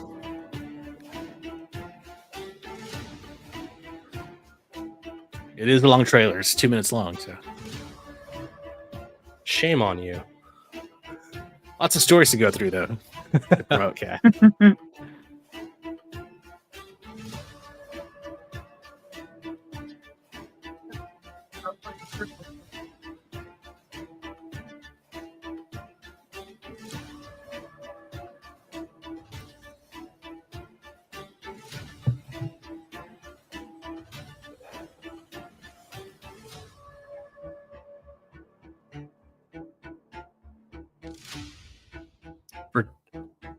Is there any narration on this video? No, there isn't. It's just music. So you're telling me for a 2-minute video? Yeah. All right. Well, while it's going on and we got some music in the background to give some more alert to it, tell us more about Tricks and Treats Volume 2. Well, it's a horror anthology and it has 7 stories. I think I only show off 6 here because the 7th story is like really short, and so it's kind of like a little hidden bonus story in the book. But yeah, I've got stories about vampires. I've got Nazis and portals. I've got skinwalkers. Yeah, just a little bit of everything. Okay. And how do you go any darker with your stories this time around than you did in Tricks and Treats Volume 1? No, I really don't. I try to keep it PG-13. You know, I try to keep it accessible for all ages, even though some stuff is a little creepy looking. Well, I'm just saying your Tree of the Living, that was peak for what I'm talking about. So do you have anything at that level, or you haven't kept it? Yeah, probably the Die Brücke story that's in there. That's German for the bridge. Okay. That's probably my creepiest story in here. This is probably the second one. Nice. Yeah, Tricks and Treats Volume 2. This deserves a whole lot more love. And I just saw Justin's comment. What Should have gotten boy yet to narrate.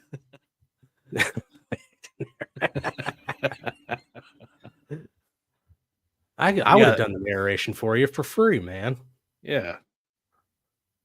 Let's see. This will be my audition right here.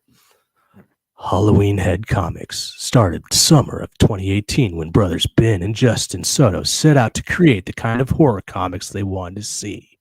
Along the way, they invited friends to join in on the fun. Writers Tommy Brownell, Manda Owens, and Matt Hudson, as well as artists Johnny Johnson, Jason Cootie, and Michael Garrett. This time around, we are happy to say that we have upgraded our lettering game. Keith Gleason was brought on to help letter a good portion of the stories, and he has done an amazing job. Justin says, can you do an Edwin impression? Let's see. Can you do an Edwin impression? Probably not. Let me. I would have to look up Edwin's voice real quick. I don't know if I could get that kind of. Yeah, same here. I couldn't go that low. It had to be way down here. Yeah. For some reason, I've got the real raspy, like rough thing going on right now. I don't know why. It works, man. It just feels right? I'll just do this every time before a show now. Sonny, honey, I need to catch a cold real quick. So tell me about this. Tell me about this cover. Is this for Tricks and Treats, or is this one of the stories inside? No, yeah, that's Tricks and Treats cover right there by Preston Acevedo, and that's just like a conglomeration of all the monsters and stuff you're going to see in the book right here on the cover. Preston Acevedo does some amazing art. He really does. I love this. Yeah, he knocked it out of the park. He did a great job. He is good at doing the videos and stuff for different people. His name pops up. Yeah, That's where I've learned it from, and he's very talented.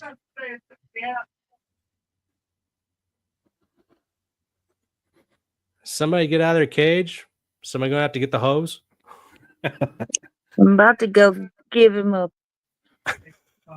It's my oldest. He's playing Xbox. Oh, okay. So I've been trying to mute when he starts to get loud. No, you're good. You're good. I remember being the same way. I never had such a filthy mouth until I joined Xbox Live. Oh man, those kids are ruthless. They really are. Yeah. And their cursing doesn't make any sense. They just throw everything together and hope it comes out. Yeah. Let's see. So it goes on all fours. Let's talk about a little bit about this one. What we got going on. So this is about an old Navajo man who goes out on a spirit walk, and turns out that this place that he's going for a walk, there's been lots of people that have gone missing. Okay. And while he's out there, he comes across what it is that's out there causing these people to go missing, which are vampires. Right. And I'll just leave it at that. Ooh. Yeah, when it comes to anthologies, you can't really give too much away, otherwise the whole story is kind of blown. Yeah, because like this, I want to say the story is only 12, 14 pages. It's not very long. It's very short. Okay. Really good art. I love Thanks, this man. shot right here. I've said it before, but this shot with them floating with just the red eyes. Yeah. Can I? Nope, I can't blow that up. Fuck. But yeah, this is really good. Thanks. Oh, yeah, there we go. So. And then Cephas is about a vampire who is left out in the sun by his coven to die, but he survives and he comes back to kill and find the vampire that made him. Oh. Okay. And because he's been burnt by the sun, like he can't heal, so his body just looks like Freddy Krueger, basically, his skin. But it is like rock hard, so it's almost like armor. He's not sparkly. Right, he's not sparkly. He's not pretty either.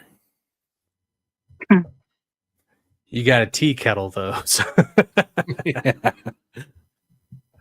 That's awesome. Okay. And you said there's 7 in this anthology? Yeah. Okay. Yeah, you always have great art in your books, man. Of course, I'm the fan of the painterly watercolors and charcoals. Right. Like this right here. This is my jam. Yeah, and this is my brother here. This is a short story called Santa Fondo about a couple that goes for a drive, and it gets a little foggy, and all of a sudden this town just kind of pops out of nowhere, and they're stranded there. Their car quits working. And so they go looking for help, and they enter this church where it's kind of like this Cthulhu cult in there, and these Lovecraftian type creatures. Okay. Here's the link in the chat, so you can go out there and back Tricks and Treats Volume 2 if you so choose. I recommend it. Yeah, this panel right here with this building that has like the thorny arc above it. Yeah. I really like that. Yeah. Just the rough sketching of the hair on the blonde and then the shading on the guy. I can't get over this art, man. This is that's my brother. He's the one who also did the Tree of Life story in the first volume. Yes. Yeah, I think that's my favorite story out of that book. Just because I just didn't expect it. Your guys' twists and turns in your books are great. I love it. I would almost, I don't know if you've ever linked up with Peter from Alterna Comics. Pizza Betty? Yeah. Pizza Medi. Yeah, Pizza Medi. Yeah. I don't know why I was about to say Gilmore, but yeah, Pizza Medi. I apologize, Samedi. I am sorry. But yeah, he's a good dude. Yeah. The kinds of stories that you guys like telling, I think they would I think a crossover or something needs to be done. Some kind of collaboration between the three of you and your brother Justin, and cementing need to take place. Yeah. Yeah, and this is probably my favorite story in this volume. Okay. Yeah, Give us this a is little that. bit. Yeah, so this is called Die Brook, and it's a World War II story. And this little government group goes out, or soldier group goes out to rescue the scientist that's working undercover. They haven't heard from him; he's gone silent. And so they show up, and there's all these weird experiments going on, which you'll see here when this guy looks in that window. You go to that next panel. Okay. Yep. And yeah, you can see that creepy stuff going on. So it's kind of like occult and experiments, like science stuff mixed together. Yeah. I just finished listening to the Y-Files had a new video upload today talking about HARPA and how they can kind of like mess with the brain's functionality when it comes to manipulating the wavelengths in the air. Like they were trying to weaponize the weather. Yeah, as a HARP up in Alaska. Yes. Yeah. That kind of stuff just creeps me out, but fascinates me at the same time. I think I saw Jesse Ventura cover that on conspiracy theories. Is that all the big like? Look, it looks like a field of solar panels, or is that something else? Yeah. Okay. Yeah, it's that place. Yeah. Okay. My curse. What's my curse? My curse. This guy is being chased by this demon, and it follows him home.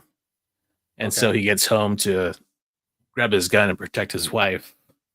There's kind of a little twist at the end I can't reveal, but okay. What's going on, Mo Biggs? Welcome to the party. Hey, Mo. Our guest had to leave because he was getting tired. I think he just didn't want to talk about Invincible, but that's okay. Hey, Mo. You ran him away, Jake. Yeah, that's right. So we're checking out Ben and Justin's second volume of Tricks and Treats over on Fund My Comic. I backed the first volume and I loved it so much. And now we're going over the second one right now. This reminds me of like the old like the EC comics or something like from the 80s. The old and Marvel and DCs. That's what we were going for with this one. One of the fun things about this project was I tried different coloring styles for each story to make it feel different. Yeah. And going with thank you. Yeah, and so going with these like the color palette, first of all, the kind of more flats, with very little shading and the dot pixelation. Mm-hmm. And then also Keith Gleason, our letterer, did a great job of offsetting the bubbles as well. So you can kind of see that offset. Yeah. Where the white kind of leaves the black outlines. Uh-huh.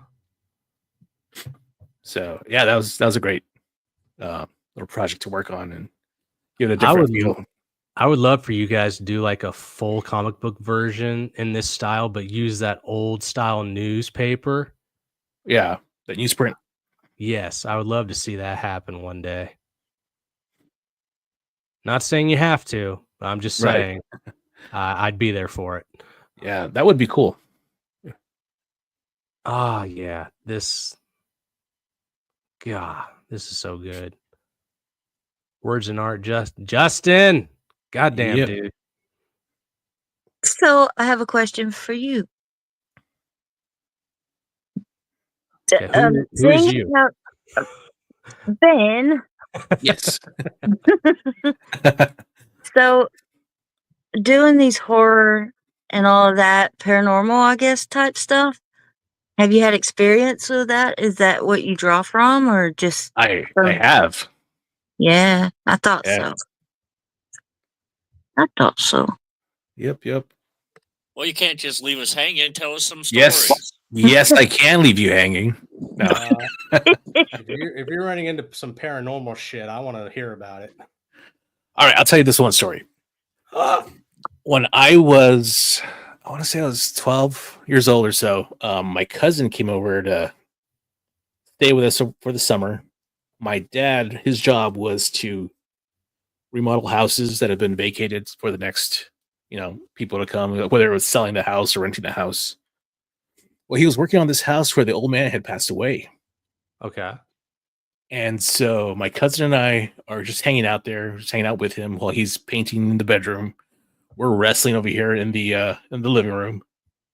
And across the hall from where my dad was painting was a radio. And we had it on the rock station. While we're wrestling, all of a sudden we noticed that the music changes to classical music. And so we went and, asked my dad, did you change the radio station? And he's like, no, I thought you guys did. And we're like, no. So we change it back to the rock station. And he does tell us, he's like, I think the old man that lived here liked to listen to classical music. Mm. And so we go back to the living room, but this time we're kind of paying attention down the hallway, and it changes again, goes back to the classical station. But we were paying attention, and so we saw that my dad did not cross the hallway at all. So that's one. There's 3 things that happened in this house. The second thing, my dad came and told us, I need to go over to Ace Hardware, pick up some like painting tape or something. So I'll be back. Okay. Don't touch any of the walls. It's still wet. Like, okay. So we didn't. We stayed in the living room area. He comes back and he comes up to us and he's like, hey, did you guys touch the walls? And we said, no. He said, there's handprints all over the wall. Mm-hmm. So we go and we look, and sure enough, there's handprints. And we're like, no, it wasn't us. And he like, let me see your hands. And we're like, show him our hands. He didn't believe us. And so he's like, okay. So he said he had to paint over that thing like 3 or 4 times because the handprints would never go away. What the hell? Yeah. So then the third thing, there was a little room off to the side that was like almost like a storage room. And his like the old man's old wheelchair was in there. And catty corner on the wall was a mirror that's kind of just leaning up against the corner. Okay. So my cousin goes in there. He jumps in the wheelchair. He's rolling around in it, playing around with it. And so I'm like, it's my turn. So he gets off. I jump on it. The wheelchair turns towards the mirror by itself. And then it starts rolling directly at the mirror. So my cousin like bails out. I jump out of the chair. I'm like, wait for me. And like follow him out of the room. But yeah, that freaked me out. That was probably the scariest of the 3 things was that wheelchair moving by itself. Yeah, after the second story, and you said the third thing, I'm thinking, why is there a third thing? I don't know. You got that Amityville shit going on in your house. Yeah, well, it wasn't my house. It was the old man's house. Was that the last time your dad worked in that house? Yeah, he finished it up, and yeah, he did his job. I mean, he stayed and finished it all. It's not like it scared him. He just did his thing. Yeah. Yep. You ever hear that story about I think it's like a firehouse in Chicago. There's supposedly a handprint left behind by one of like the firefighters who predicted his own death. No, I hadn't heard that story. No. Like the handprint's still up there and they can't get it to go away. Wow. Yeah, the second story kind of reminded me of that. I was like, oh shit, okay, maybe they like touching things, but the ghosts do. Right. No, I'm not about any of that shit. There was this one time when we lived back on Sand Mountain. Fanta knows about the area I was from, but there's this place in Alabama that you can go. You can go hiking across the mountaintops, and there's this swing bridge over the gorge, okay? And it's metal, but it's got like plywood boards for you to walk across. It's very sturdy and everything. It's not a problem. But it's the story that goes along with this area on the mountain. And what was the name of it? It's something bluff. But it's not a bluff, it's a fucking gorge, so it doesn't make sense. And but anyway, we were up there, and the story is that a woman and her husband went up on this bridge, and he found out that she was pregnant or something, and he threw her over the bridge, over the crosswalk. And now once in a while, when people go out there on that bridge, you can hear the screams of the woman as she was falling to her death still take place. And weird stuff is supposed to happen out there, right? And so we decide one night, of course, it had to be around Halloween, to go out there on the bridge. And we just stood there for a little bit and nothing was happening. We would scream down in the gorge, make fun of everything and whatnot. And then we were ready to head back. We were like, this is bullshit. We were smoking weed and drinking and all that shit. We were like, this is bullshit.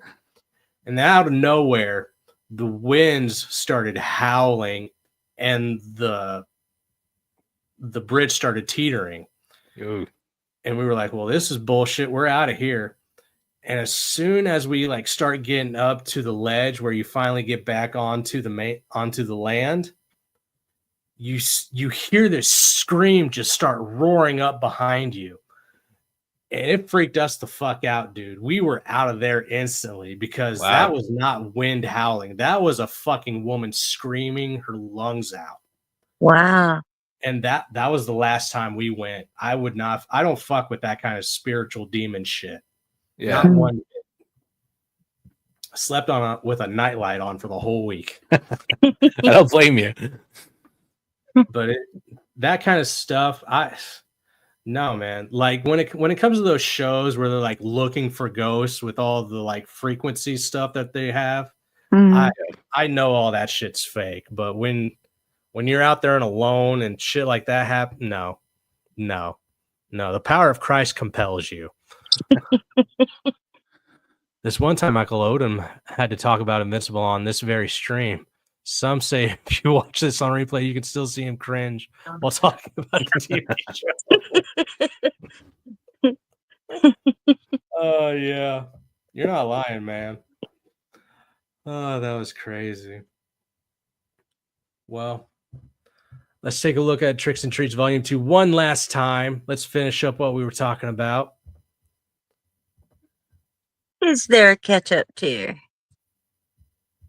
There is not. Volume 1 is out of print currently. Oh, okay. You're out of print on Volume 1? Yeah. Well, it's good but you don't have any sequel stories taking place, isn't it? Right. But you can't get the digital version. Oh, okay. It's up on Global Comics. Oh, okay, cool. Yeah, so let's see. How many pages is this one? 120. 120, $30. Yeah. Plus shipping. That's not bad for being over 100 pages. No. $40 for cover B, which is just the line art, right? Right. Okay. Well, I'm a fan of the colors on this one either way. And you have a great team on this one. You got Justin, Mario, Chris, Keith, Ben, Preston. I mean, you guys knocked it out of the park on the first one. I really want to see Tricks and Treats Volume 2 do more. Are you guys keeping copies for like when you can go to conventions? Yeah, I've got a box here that I take with me. So you're saying Fanta can get a copy though? No Volume 1, just the second volume 2. This is a fucking outrage. Game's over. Yep. That's it. All right. Justin says we're running low on digital paper. Shoot. You can get the digital of Volume 1. I highly recommend it that you do. Tricks and Treats Volume 2 is still up on Fund My Comic. Go check it out. Back it, because I know you're not going to be disappointed. I want to thank Ben and Fanta for being here for this episode. Thank you, guys. It's always fun having you. Yeah, thanks for the invite. Not a problem, man. Happy to. And next week, we'll be having some more fun. Hopefully, we won't be diving into some dips that we had this time around. Apologize for that for the listeners out there. Guest, thank you for being here once again. Of course. Thanks for having us. I guess we'll be seeing you on the flip side.